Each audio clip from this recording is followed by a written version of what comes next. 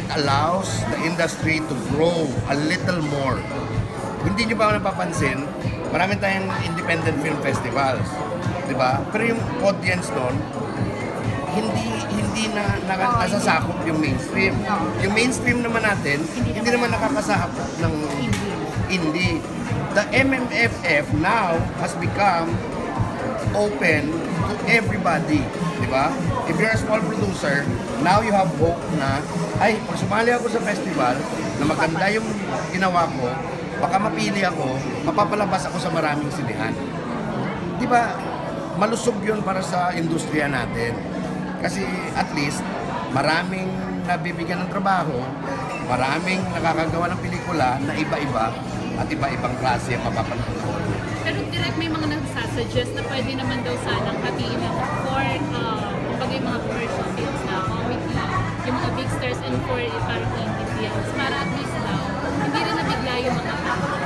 Pero pwede na naman yun nangyari. Ang problema, hindi lang nakalusot sa panlasa ng screening committee. Pwede naman talaga mangyari yun eh.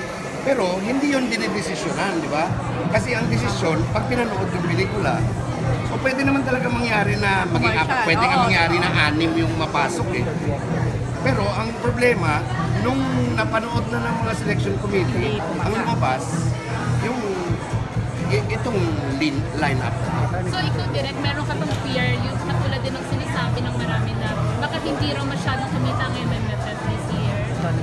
Yun ang kailangan namin ng suporta nyo. Kasi, Pero may pressure siyempre, doon direct. Bilang siyempre kayo ngayon nakapasok. Tapos kayo pa isa sa horror. Laging yung horror laging. Ako, tinitingnan ko lang, no? Hindi ko tinitingnan sa seclusion lang. Ang MMFF in general, di ba?